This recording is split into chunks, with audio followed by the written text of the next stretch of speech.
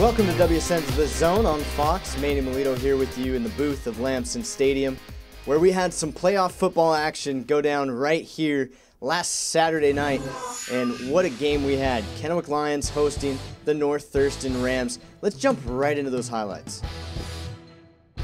All right, so the Lions and the Rams facing off. Which one's going to be the tougher of the two? Kennewick Lions coming out ready. You take a look at this banter here between Devin Ramos, some of the Rams. They're excited down there. They're getting ready. And so is Ramos. First play, you saw him giving the applause. Well, the fans were giving him the applause after his first touch.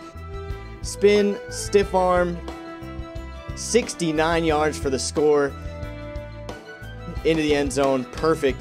And then the ensuing possession from the Rams. They force a fourth down after some penalties, and what happens?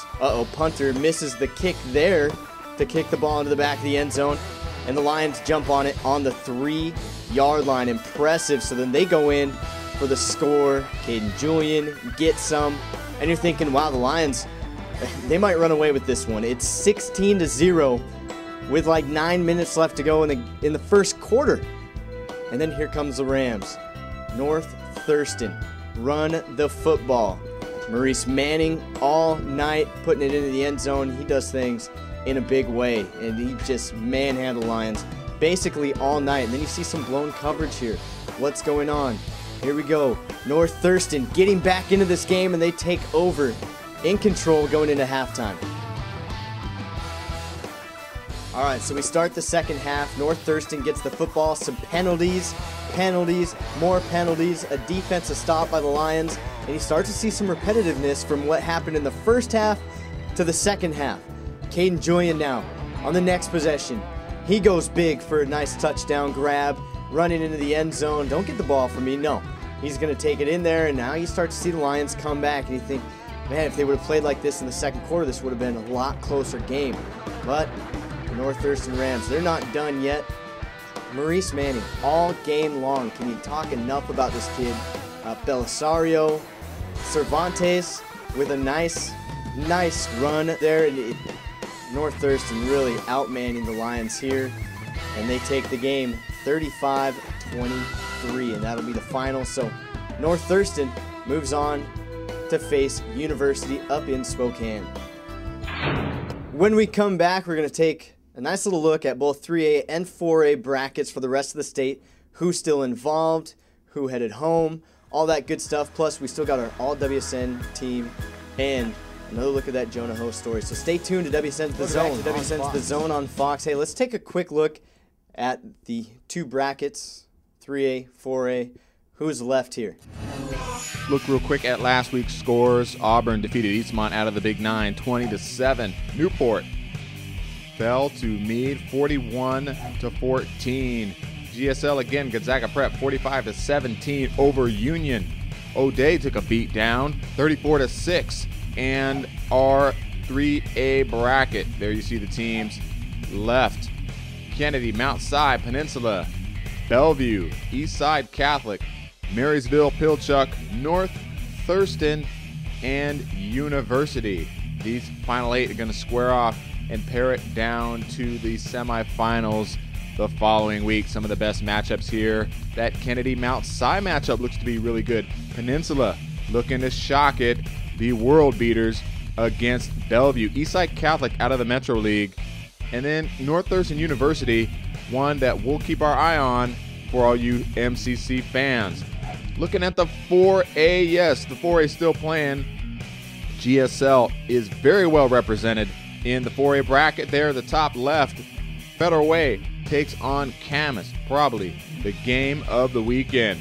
Skyline, Perennial Power, taking on Upstart Roosevelt out of Seattle. And then, well, Meade and Auburn going to clash there. That game be played on the west side. And then Bellarmine Prep, Gonzaga Prep. Battle of the Preps.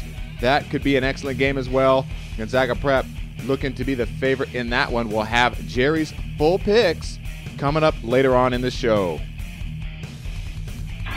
When we return, we're going to take a look at our all WSN selections, the highest honor any kid could get, because I get a hand in picking them. Zenna gets a hand in picking them. Jerry acts like he picks them, but Come on, our votes supersede his. And then also, we're going to take a look at the rest of his picks from the quarterfinals. So stay tuned to WSN's The Zone on Fox. All right, welcome back to WSN's The Zone. I'm Manny Melito, and the voice that you're about to hear talking is Jerry Mercado. And so I'm going to give it to him and let him introduce our all WSN picks, and then let him go to his quarterfinal bracket and see where his picks are at. Jerry, take it away. Y'all watching the Sports Network. It's a combo team, Big 9 MCCR picks for the best. Senior quarterback, our quarterback, Colney Castle.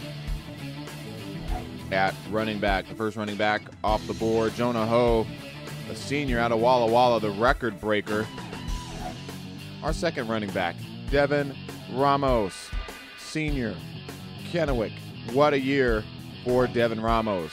At wideout, Carlos Vajaro, senior, A.C. Davis. He did it all as a receiver and more. Second receiver, Javon Williams, senior wide receiver from Kamiakin.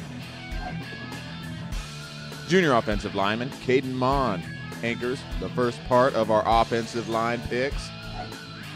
Ryan Osterland, senior, Wenatchee, opening holes for the running game all year long.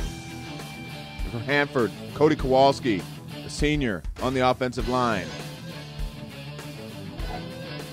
Dylan Rowden, senior offensive lineman, Eisenhower. Senior, Clayton Ayers, offensive line. Kennewick High, open holes for the V.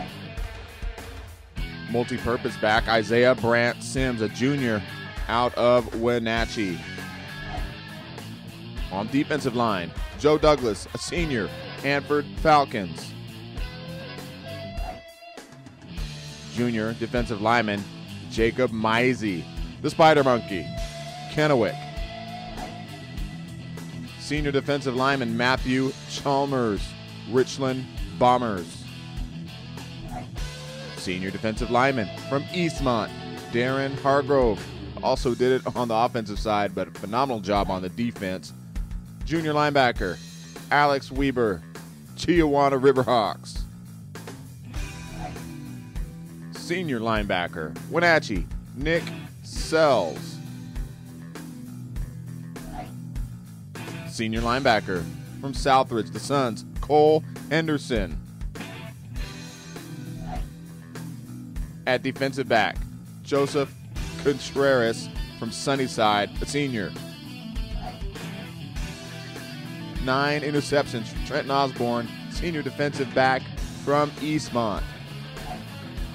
Senior defensive back, A.C. Davis, Carlos Vajaro going both ways on our all-WSN pick. Another defensive back from Eastmont. You don't want to throw on them Wildcats. Trey Thomas, senior, 3A MVP. The V, double V, Devin Ramos from Kennewick. 4A MVP, Isaiah Brant Sims, just a junior, Wenatchee Panthers. MVP offense, Jonah Ho, senior, Walla Walla. Defensive MVP, Alex Weber, junior linebacker, Chiawana. Coach of the Year, Doug McGill, Eastmont Wildcats, Big 9 champs. Great year for Eastmont. WSN MVP, all-around MVP, Devin Double V Ramos, senior, Kennewick High. Great year, Devin. And the Thornton Award winner, Jonah Ho, senior, Walla Walla. There are your WSN picks for 2012. Now it's time for Jerry's Picks quarterfinal edition. Bellarmine Prep, Gonzaga Prep. Jerry is taking the Bull Pups in this one. Federal Way, Camas, 2 11-0 teams. Jerry likes the Federal Way Eagles. Meet in Auburn. Check this one for the Auburn Trojans. Skyline, Roosevelt. Yeah, guess what? Skyline in that one. Hey, Kennedy, Mount Si. Another Battle Royale. Jerry likes Mount Si. North Thurston University. Give it to the Rams up in Spokane. Peninsula, Bellevue. Bellevue Dynasty. Got to go with the Wolverines. And Eastside Catholic at Marysville. Pilchuck. 2 names, but Eastside will take it here. Thanks, Jerry.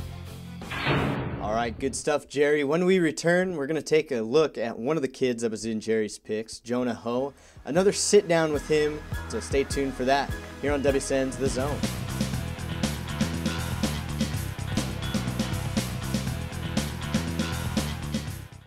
Jonah Ho had an amazing year this year, including taking home the 2012 Thornton Award by WashingtonSportsNetwork.com. But what makes him tick?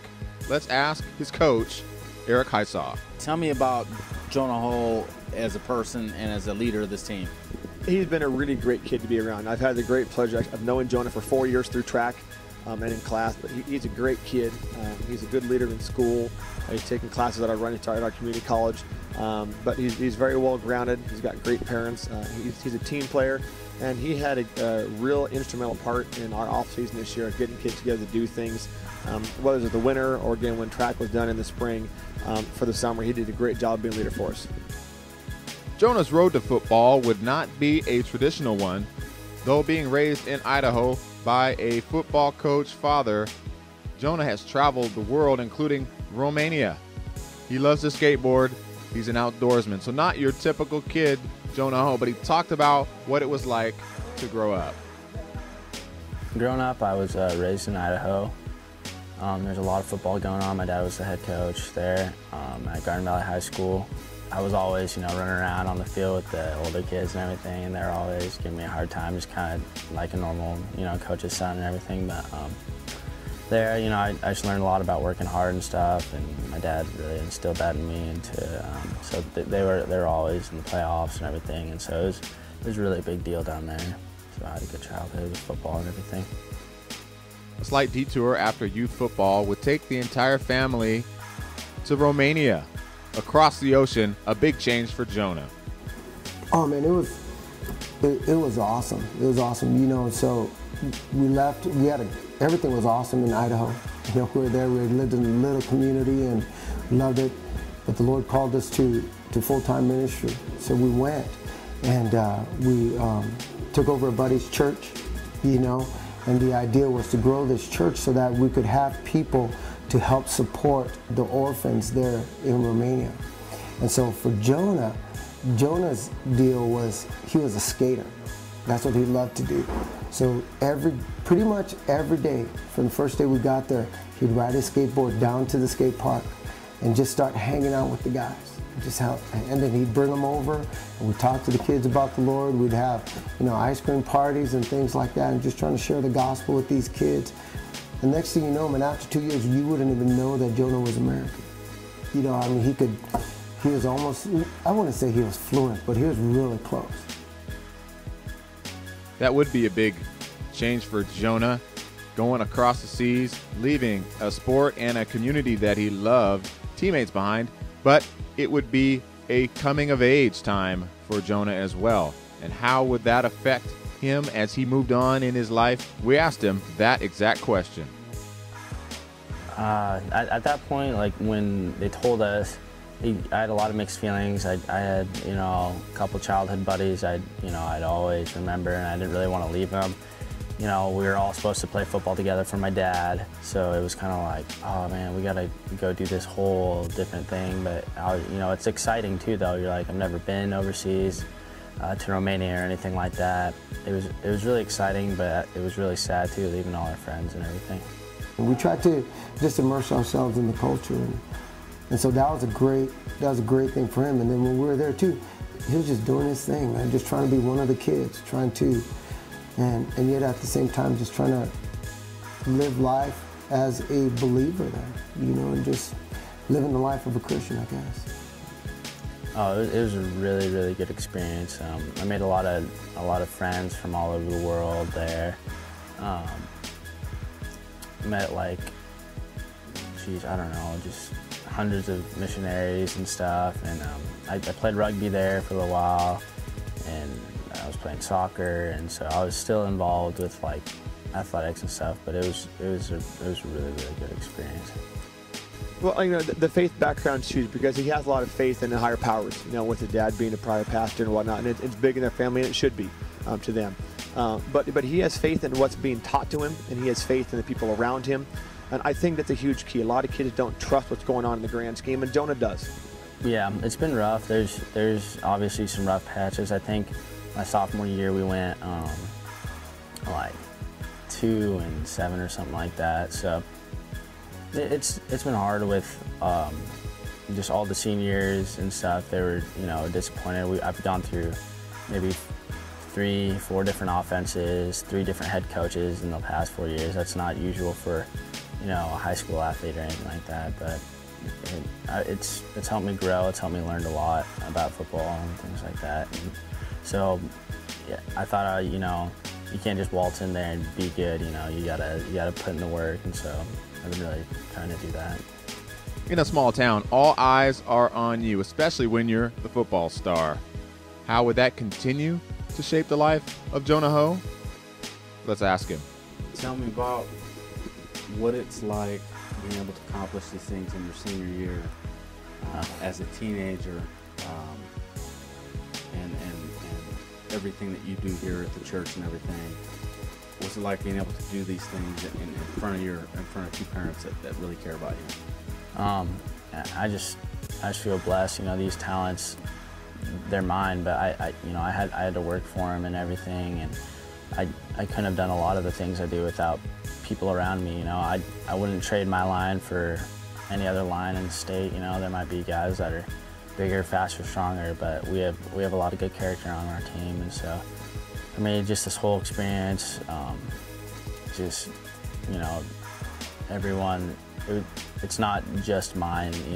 I share it with everyone around me. Everyone around me also just gets really blessed. The church gets blessed. Just a lot of good things happen. So. He really cares about his teammates. He really cares about his community, and he'd be telling me, Dad, every time he goes, I don't understand that. Because when I get out there and play, I play with everything that I have. And as they're riding the bus, he looks at everybody at the community, as they're driving, and he's like, Dad, I play for all those guys. I see you guys up in the stand. I play for all of them. I just want them to know how much it means to me that I get to play for them. And so I think, playing with that kind of passion and things like that, and now his senior year, and he's doing well, and, this attention that he's getting, that's all good, but he wants to, it's bigger than him. He realizes that. And it's even not about him. He doesn't play for himself. He plays for me, he plays for his papa, he plays for his community, he plays for his coaches, he plays for his friends, he plays for his school, plays for his family in North Dakota and Hawaii. Because that's kind of the person he is. He's pretty quiet. Doesn't say, he leads more by action. So there you have it, our 2012 Thornton Award winner, Jonah Ho. All right, so there's a whole bunch of stuff that you can do with Washington Sports Network, not just the TV show here on Fox, but we also have WSN's The Blitz on News Talk 870 KFLD, Saturday mornings, 10:30 to 11:30. Myself, Jerry, Zenon, whoever stops by, Juju the dog sometimes makes an appearance. That's interesting. And then, also we got the website, WashingtonSportsNetwork.com. Photos, video, forums, anything you want to do. You can follow us on Twitter as well. I'm at Manny Melito, at Jerry Mercado WSN, and at WaSports. So you can do all that stuff. We have our own awards. I don't have my own award, except for I think the Manny Melito Award goes to myself again for the 20th year running since it's been founded, so that's good. We thank you for joining us, and we'll see you next time here on WSN's The Zone on Fox.